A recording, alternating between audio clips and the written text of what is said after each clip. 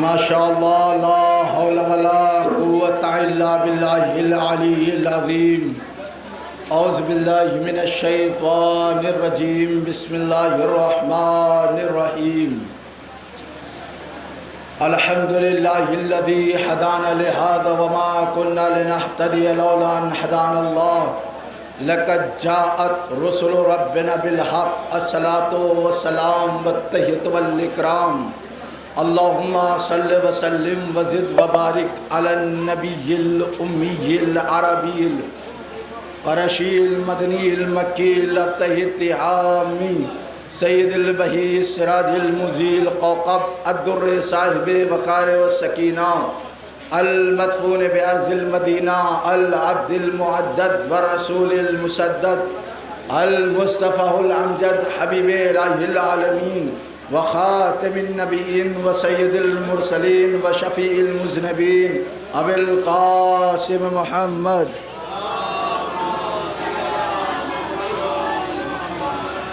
وعلى صاحب الدعوة النبوية والصولة الحیدریہ والعصمة الفاطمیہ والحلم الحسنیہ والشجاعة الحسینیہ والعباد السجادیہ والمعصر الباقریہ والآثار الجعفریہ والعلوم الکاظمیہ والحجج الرضویہ والجود التقویہ والنقاوة النقویہ والحیبة العسکریہ والغیبة الالہیة القائم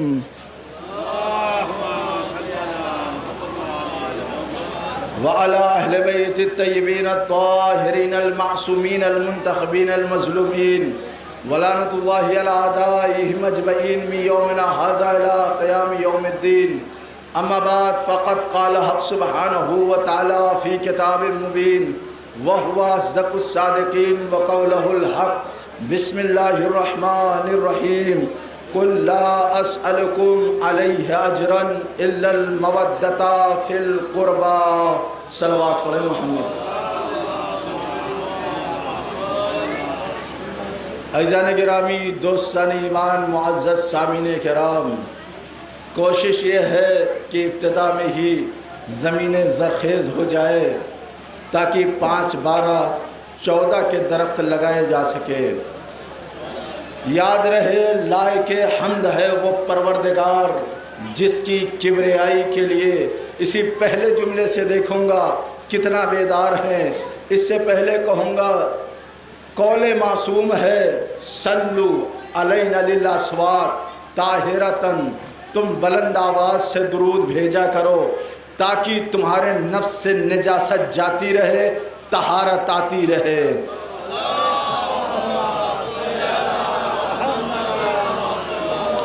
جو یہ موسم ہے کچھ پڑھنے کی ضرورت نہیں ہے، لیکن 2-4 جملے پیش کروں گا کیونکہ جب آیا ہوں تو اپنی محنت کر کے جاؤں گا کہ لائق حمد ہے وہ پروردگار جس کی کبریائی کے لیے جبین علی کا محراب ہی کافی ہے، کسی اور کی ضرورت ہی نہیں ہے. لائق حمد ہے وہ پروردگار جس کی حمد و ثنا کے لیے جبین علی کا محراب ہی کافی ہے. اور لائق درود ہے وہ مصطفیٰ جس کے پیچھے وہ چلتا ہے اگر اس کے پیچھے حق نہ چلے تو باطل ہو جائے. بہت بڑا جملہ پیش کیا ہے اور میں نے جملہ آپ کے باب شعور پر روکا ہے. اذن دخول ہو تو نازل کر دوں. سنو جملہ، لائق درود ہے وہ مصطفیٰ کہ جس کی عظمت کے لیے اتنا کہہ دینا کافی سمجھتا ہوں کہ اس کے پیچھے وہ چلتا ہے جس کے پیچھے حق نہ چلے تو باطل ہو جائے، اور اگر باطل چل پڑے تو حق ہو جائے. جس کے پیچھے باطل چل پڑے تو حق ہو جائے. اب میں کس کس کے نام گراؤں جو باطل پہ تھے علی کے پیچھے چل کے حق پہ ہو گئے، اور کون کون سے نام گراؤں جو بھائی باطل تھے علی کے پیچھے حق پہ ہو گئے. کچھ ایسے بھی تھے جو حق پہ تھے علی کو چھوڑ کے باطل ہو گئے.